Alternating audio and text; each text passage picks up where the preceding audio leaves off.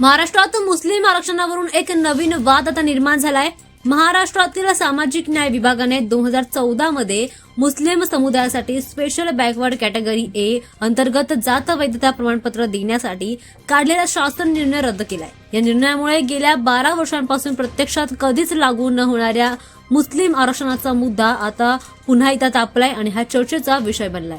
2014 मध्ये पृथ्वीराज चव्हाण सरकारने मराठा समाजास 16% आरक्षण आणि मुस्लिम समाजास 5% आरक्षण जाहीर केलं होतं। हा अध्यादेश विधानसभेमध्ये कायद्यात रूपांतर झाला नाही आणि 6 महिन्यांनी त्याचा परिणाम शून्यपणे असा झालाय।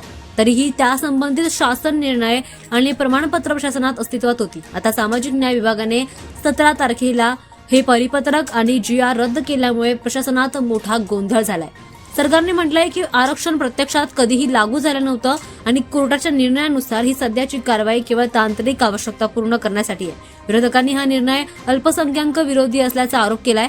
दरम्यान यामुळे आता समाजातील काही घटकांविरोधात राजकीय वाद मोठ्या प्रमाणामध्ये वाढू शकतो असा अंदाज देखील व्यक्त केला जातोय।